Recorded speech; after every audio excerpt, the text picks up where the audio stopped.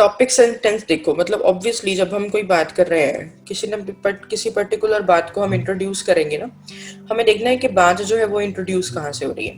अगर हमने ये सेंटेंस ढूंढ लिया तो हमें आगे सीक्वेंसेस बनाना इजी हो जाता है। लेकिन जरूरी नहीं है कि हमने पहला और आखिरी ही ढूंढना है, ठीक है। अगर बीच में हम वैसे भी कोई भी पेयर्स बना पाते हैं तो it's going to help us, ठीक है। तो भी स्कोर मिल जाता है, क्योंकि फर्स्ट लास्ट का हमें स्कोर नहीं मिलने वाला, हमें स्कोर मिलेगा अगर हमारे पेयर्स ठीक होंगे, ठीक है। हाँ जी। तो बाकी ग्रामेटिकल और लॉजिकल कनेक्टर्स के बारे में मैं तुम्हें बता ही चुकी हूँ, जैसे कि ही जो है, ही के नाम वाली चीज पहले आएगी, ही बाद में आएगा, ठीक है। अ प्रॉब्लम पहले आएगा, द प्रॉब्लम बाद में आएगा, राइट जी। चलो, ये है हमारा अब रीऑर्डर पैराग्राफ, ठीक है जी। मतलब मैम पहला मैं ए लगाया मैम, नेशन दैट, नेशन में नाउन है इधर से। हाँ, नेशन नाउन है, बिल्कुल नाउन है। तो बेसिक सेकंड मैम इस तो मतलब ऐदा ही होगा, the nation interest of real politic that. मैं ए बी डी पता क्या है, मेरी बात सुनो, ऐसे नहीं है कि जो नाउन वाला सबसे पहले आ जाएगा। मतलब दो सेंटेंसेस के पेयर की बात कर रही थी कि चांसेस है अगर अ नेशन लिखा हो तो वो पहले आएगा, द नेशन बाद में आएगा। लेकिन ये नेशन और नेशनल ना अलग अलग चीजें हैं, ठीक है। इनका नहीं तुम आपस में रिलेट नहीं कर सकते, इस बात को देख के नहीं तुम इनका पेयर बना सकते, कुछ और देखना पड़ेगा, ठीक है। देखो, जब भी हम कोई स्टोरी स्टार्ट करते हैं हम कैसे कहते हैं, एक बार की बात है, एक था राजा, ऐसे बोलते हैं ना। बहुत पुराने जमाने की बात है, फलाना युग चल रहा था और उसमें एक राजा थे जिसका नाम था राम, ठीक है।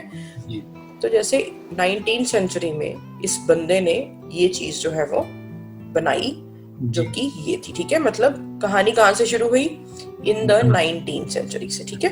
अब तुम्हें फर्स्ट सेंटेंस पता है, बाकी के इसके साथ देखो, इसके साथ अब क्या आना चाहिए। ये वाली लाइन पढ़ो और देखो इस लाइन के बारे में और इलेबोरेशन इन तीनों में से कहाँ पे है।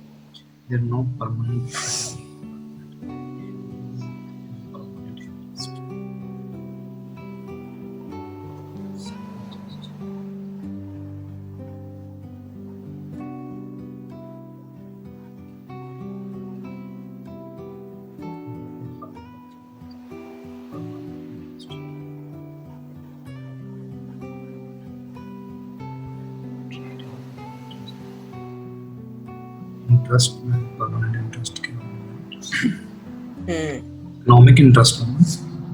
हाँ, देखो उसने बोला कि 19वीं सेंचुरी में लॉर्ड पाल्मस्टन ने फॉर्मुलेट की एक कोई ना, उसने कोट मतलब कोई एक धारणा दी, वो किसके बारे में थी, रियल पॉलिटिक के बारे में, ठीक है।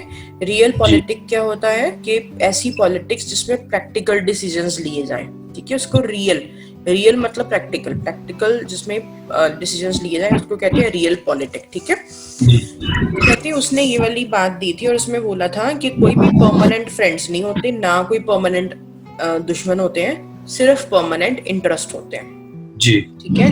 ऐसे नहीं है कि जो आज दुश्मन है वो कल भी दुश्मन रहेगा। अगर उनको लगता है कि वो दूसरा बंदा उनको फायदा दे रहा है तो वो कल वो फ्रेंड्स भी बन सकते हैं, ठीक है। तो अब यहाँ पर किसकी बात हो रही है, रियल पॉलिटिक की, ठीक है। रियल पॉलिटिक में किसकी बात हो रही है, इंटरेस्ट की, ओके। तो सबसे अच्छी चीज क्या है नेशनल इंटरेस्ट में, वो है रियल पॉलिटिक। अभी उसने रियल पॉलिटिक की बात कही थी, तो सबसे अच्छी कौन सी चीज है, रियल पॉलिटिक, कि ये कहता है कि फॉरेन पॉलिसी कैसी होनी चाहिए। यही बात जो उसने बोली थी ना कि कोई परमानेंट फ्रेंड्स नहीं होते, कोई परमानेंट एनिमी नहीं होते, सिर्फ परमानेंट इंटरेस्ट होते हैं। और ये बहुत अच्छी बात है क्योंकि ये नेशंस की फॉरेन पॉलिसीज को डिसाइड करती है कि वो अपने साथियों के साथ, अपने दूसरे देशों के साथ उनके क्या रिलेशंस रहेंगे, ठीक है। अब इसकी बात आई नेशंस की, फिर अब कहा कि जो नेशंस जो कि डिवाइडेड थे पहले आइडियोलॉजिकल ग्राउंड्स पे, अब वो इकट्ठे हो गए हैं, क्यों, व्यापार करने के लिए और इकोनॉमिक इंटरेस्ट्स के लिए, ठीक है। इसलिए अब जरूरी है कि गवर्नमेंट जो है, हम ऐसी पॉलिसी जो है वो फॉलो करें जिसमें सेल्फ इंटरेस्ट की बात हो। देखो हर जगह इंटरेस्ट की बात चल रही है, यहाँ पे भी इंटरेस्ट है, यहाँ पे भी इंटरेस्ट है, यहाँ पे भी और यहाँ पे भी, ठीक है। तो इंटरेस्ट को लेके हम इसको पेयरिंग करना हमारे लिए डिफिकल्ट है, क्योंकि ये हमें ना क्लियर कट आइडिया नहीं देगा। तो देखो रियल पॉलिटिक को किसने एक्सप्लेन करा, इसने। अब इसके आगे इन नेशंस को किसने एक्सप्लेन करा, इसने। अब उसने फाइनली एक मैसेज दिया है कि अब टाइम आ गया है कि हम सेल्फ इंटरेस्ट को यूज करके फॉरेन पॉलिसी बनाएं, ठीक है। जी। कितने ठीक हुए तुम्हारे पेयर्स? मैं तो डी, मैं एक भी जीरो।